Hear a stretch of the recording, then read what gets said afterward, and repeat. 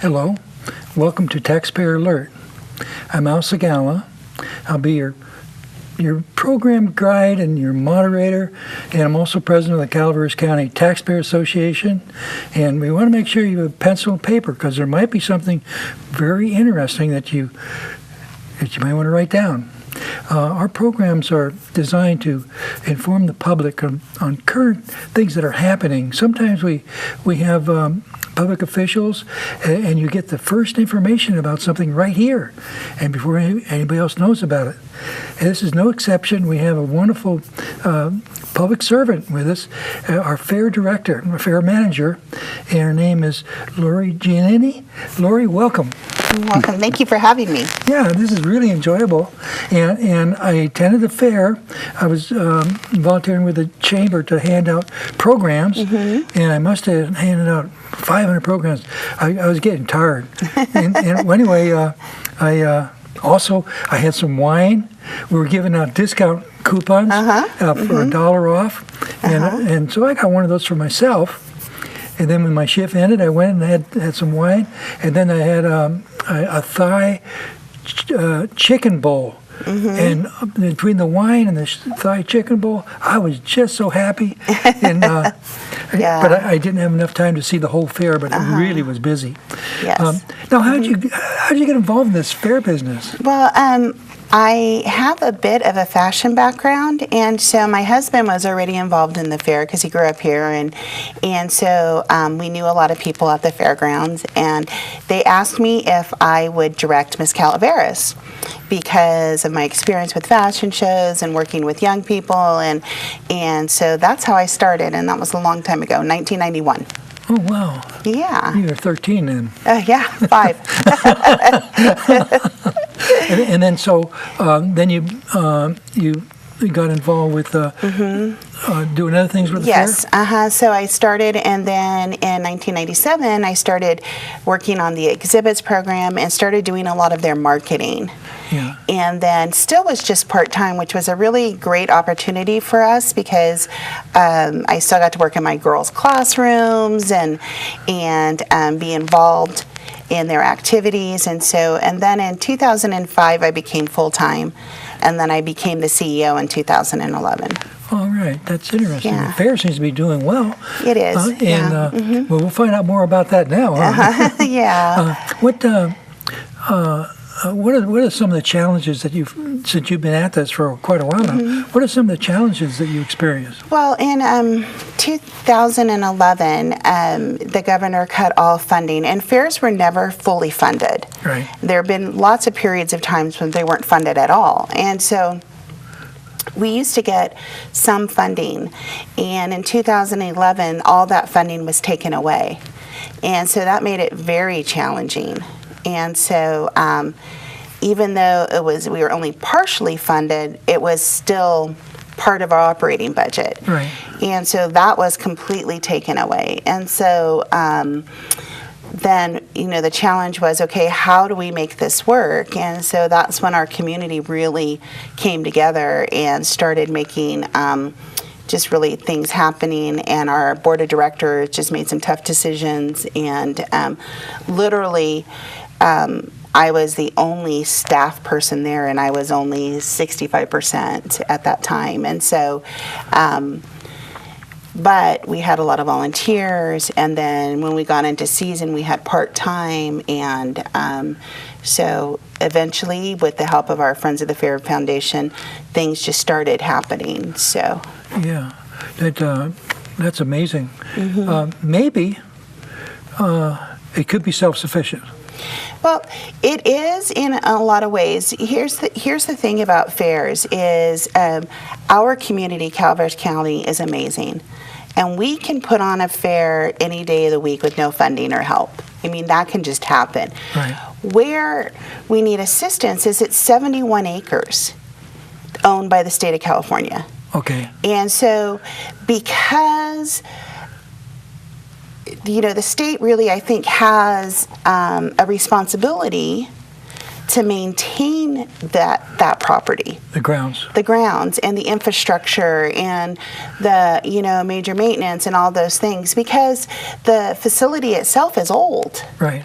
So, most of the buildings were part of the World War II building program. Well, That's where most of the buildings are, were constructed then. And so there's some definite infrastructure issues that we're dealing with all the time. And then that the fairgrounds itself was kind of pieced together. Right. This piece of property was bought, then this piece of property was bought until we got to the 71 acres. used to be an airport there. There is an airstrip, yeah. And there's what we call the ranch house now was a PG&E hangar. So there is an airstrip there. Yeah. Yep, Wow. It's interesting. There's also a gun club nearby. Yes, the gun club is right across the street, across the highway. Now, the history goes back to after the Second World War, and I think the state was trying to promote agriculture, and so the Yes. fairs were part of that? Actually, the first fair that we have of record, which is in our safe, in our minutes, is 1893. Wow. And so it was a governor-appointed board, just like it is now, and ag districts started being formed. And they were, I think, originally intended to be a lot like a water district. Yeah. Right? So like self-government, and then then they became, how do you show off agriculture? You show off agriculture by having fairs. Right. And so the district existed before the property did. And so in 1893, that fair was held in Copper. So each of the townships used to bid for the fair. We're in Copper. I'm not sure. It just says Copperopolis in the minutes, but Well, you're not where very- where there had to be a racetrack. That was one of the things. So where there was a racetrack. So horse racing was always important Right. to fairs, still is in some of the bigger ones. Yeah. So, and then eventually they started acquiring the property in Angels Camp. So, but that first fair in 1893 was actually funded by the board of directors. Wow. They each gave $450. So I've converted that, and that's about $25,000 each. Oh, man, that's commitment. Yeah. No, they were farmers?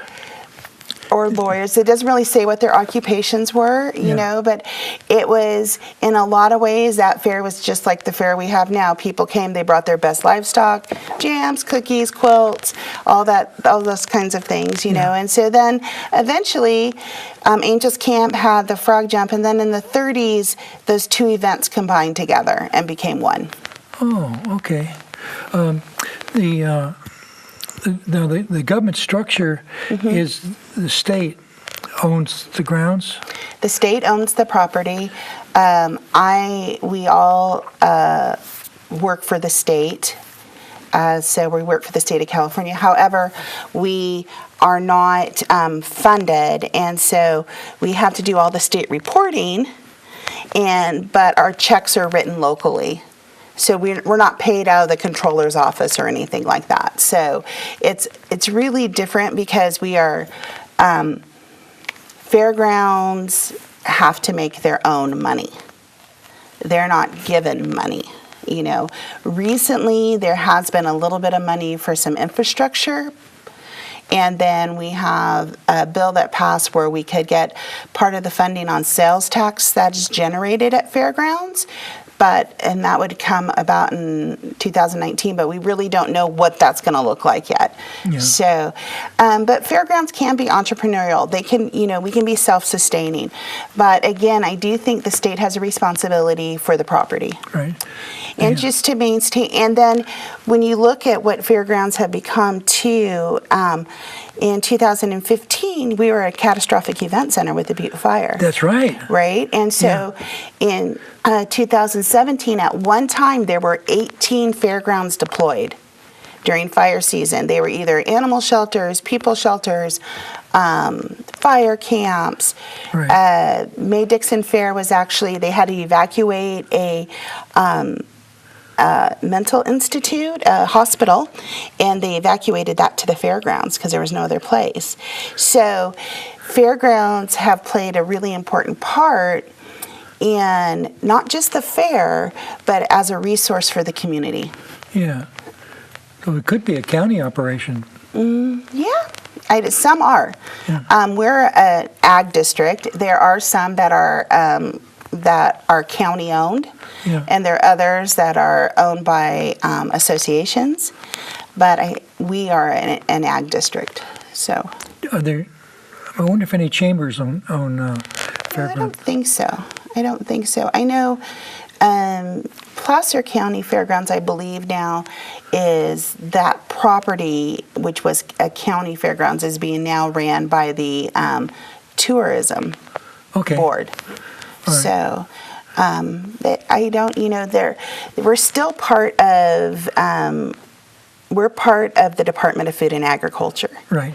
So our goal is, and what we're here for, is to educate the public about California agriculture, and specifically Calaveras County agriculture. So we do that through our junior exhibits program, we do that through our wine program, Right. And continue to do that. So that's really an important component.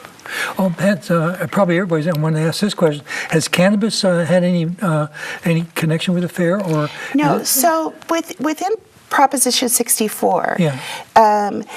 People don't realize how restrictive Proposition 64 really is in a lot of ways. And so what is 64?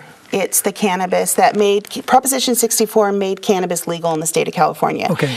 I think it's 94 implemented. And so there was 215, which was medical cannabis, Right. 64, which was recreational cannabis, right? So within Proposition 64, there's a couple of things. You cannot have a cannabis-related event Right. if you have any youth activities within 1,000 feet. Children. You don't want the children involved. Yeah, youth areas, right? And so even if they're closed, so we have Barrel of Monkeys and we have a ball field. Yeah. So our fairgrounds cannot hold cannabis events Okay. within the law of 64. Also, in order to advertise cannabis, if we wanted to have a vendor booth or we wanted to have a sponsor, that is also illegal, because in order to do that, 73% of your attendees have to be over the age of 21. So How do you? right? So how do you? You have to check everybody's ID. Yeah. So our board actually has a policy on our website that deals with cannabis. So because of taking all of the sides that people might have within the community, 4+ whatever, we need to go by the law. Right. And within the law, there's restrictions. Yeah. And and public use of cannabis is illegal in the state of California. So there's no we don't have like areas designated at the fairgrounds or anything like that, because it's illegal. So our board developed a policy, sent it up to the legal department at California Department of Food and Ag to make sure that we were doing things correctly. And so the cannabis issue is kind of a non-issue for us, Right. because of Proposition 64. Yeah. Also, I was aware that you do not want people to bring alcohol into the fair. No. Mm-mm. And that has to do with licensing. So, again, alcohol, the Bureau of Alcohol, Beverage, and Firearms, so when you get an alcohol license, which Friends of the Fair gets an alcohol license for the fair to sell alcohol, you can't have outside alcohol also on the same premises. Okay. So that's another legality. So, and, Friends of the Fair, that's our foundation. So, they do many improvements to the fairground. So selling alcohol at the fair is one of their major fundraisers. So, so outside alcohol is prohibited. Okay. Also, that benefits the vendors Exactly. You won't buy beer from them if you bring your own. Yeah, and Friends of the Fair is our beer vendor. So, yeah. Okay. So, but again, that is another. There's a legal reason for that. Yeah. You know, people are like, oh, you just want to make more money. Well, yes, we do, but there is also a legal reason. If outside alcohol is brought in, then we could actually, it affects our license. Yeah. To sell it. The evolution of fair foundations. Yeah. And fair foundations would be the support group. So ours is Friends of the Fair, Friends of the Calaveras County Fair and Jumping Frog Jubilee. They started in 2009, and since we were really fortunate because we had our foundation start in 2009, and they were already in place when our funding was cut. Since funding got cut, a lot of fairs have developed foundations. Our foundation is, they concentrate on infrastructure projects. Okay. Capital improvements. They don't give us funds for operating. They don't do anything. They have a very specific mission.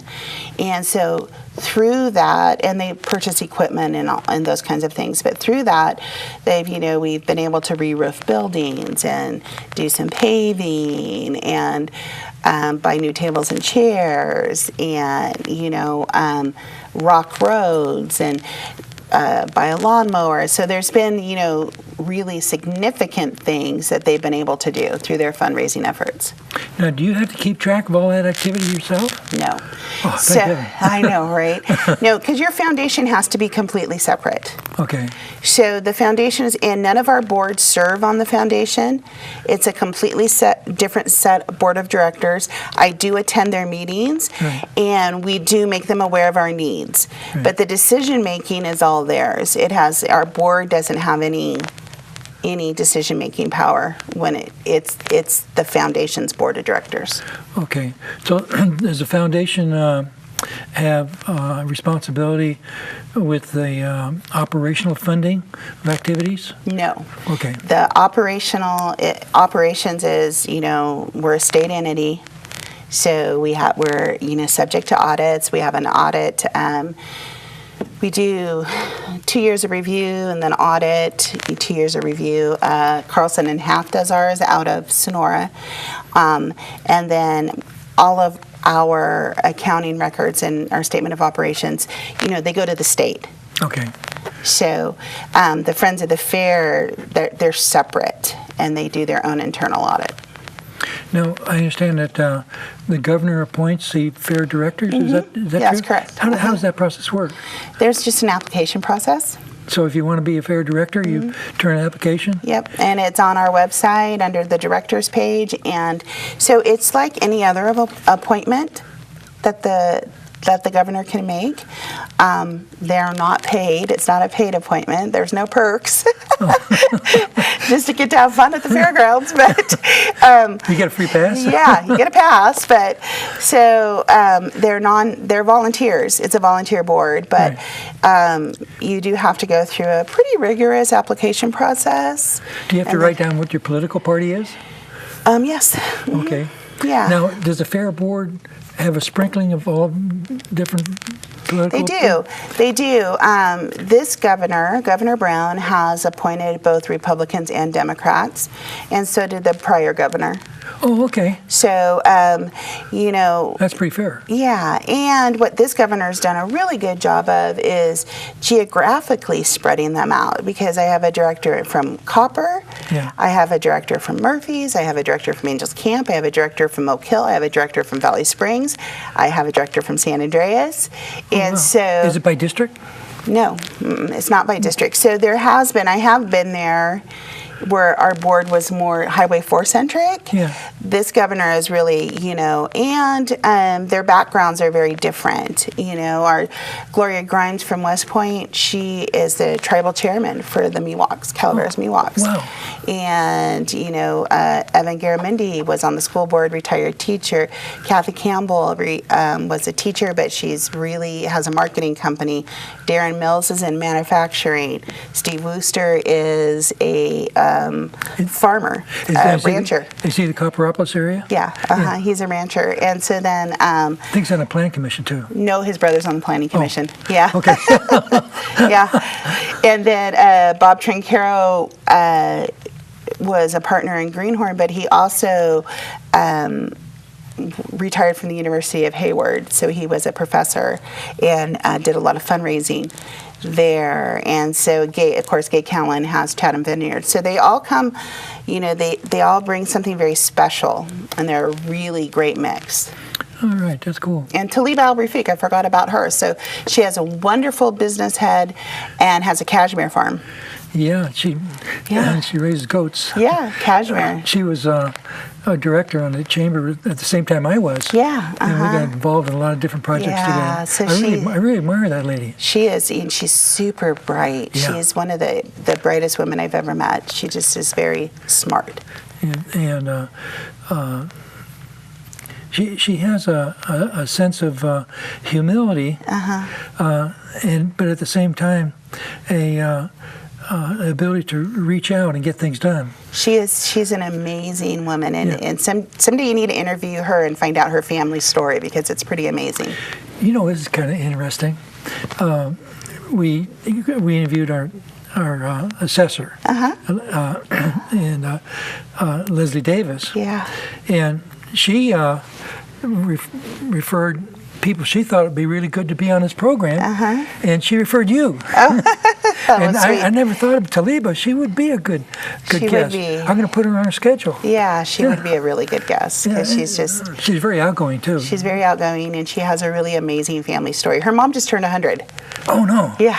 Wow. Yeah, but she has a great story. We have some areas to cover. The economic impact of the fair. How does this affect our community? So the California Department of Food and Agriculture did an independent study in 2015, and the trickle-out activity is $7.7 million. $7.7 million. Yeah. Okay. What does that compare to our total local economy? I don't know. Okay. I don't know. I just know what ours is.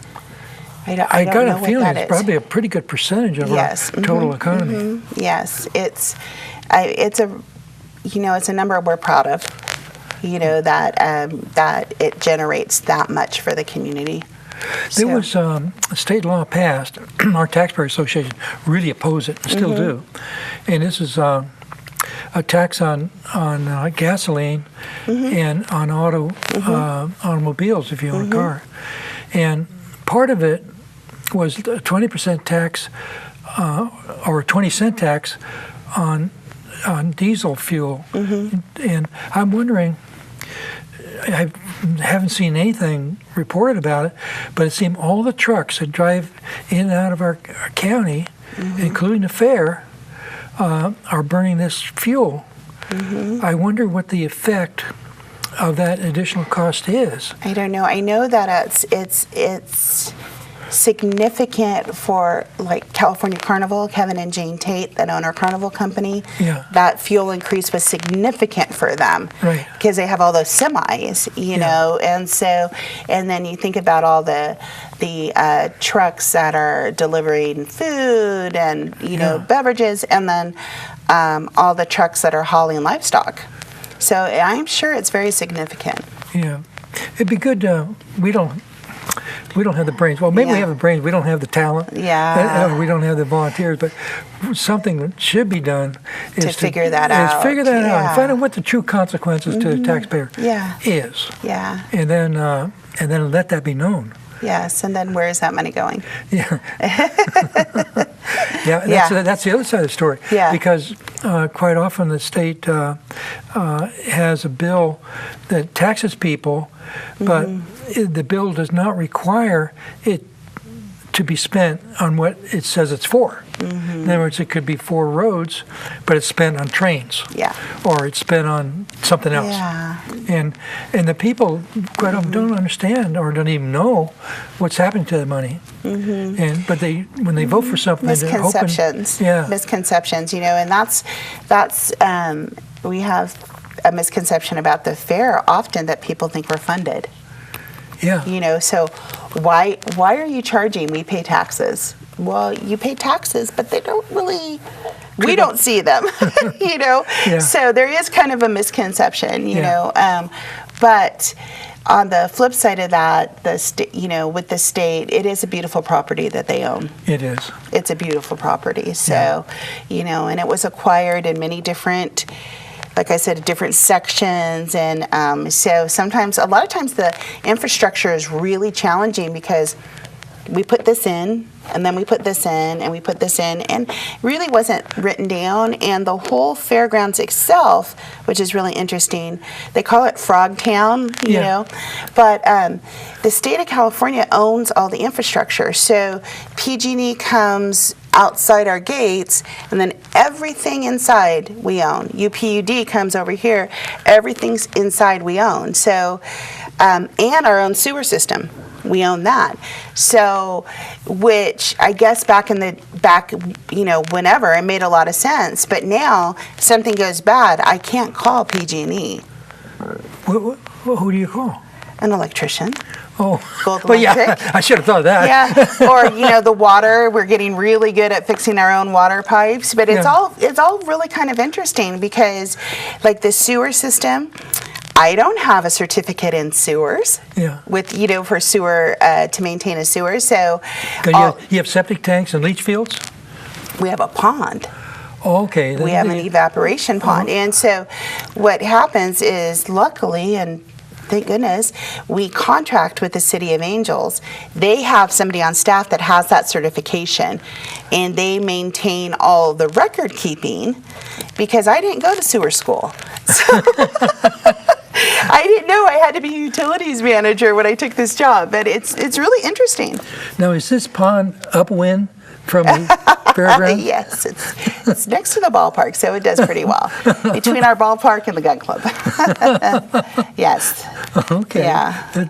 That's interesting. But ideally, and we've talked to the City of Angels about this, the ideal situation would be for their sewer to come all the way out. Right. For us to tie into their sewer and at the same time figure out a way to take their Title 22 water. And, you know, they're treated... Which 22? Title 22 water, which is the treated water that is not potable, but Greenhorn Creek uses a lot of it for their sprinklers. Yeah, their sprinklers. We could do the same thing and help them with that water issue. You got a lot of grass. Yes, we have a lot of grass.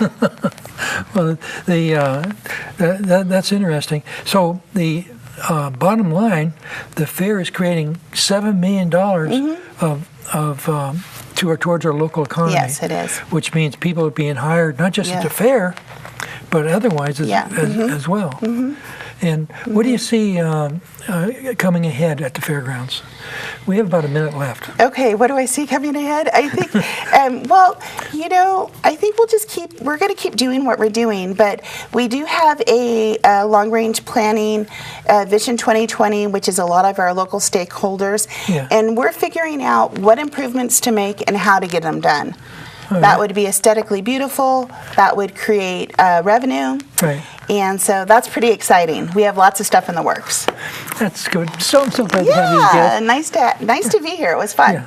Thank you for watching Taxpayer Alert. We'll see you next time.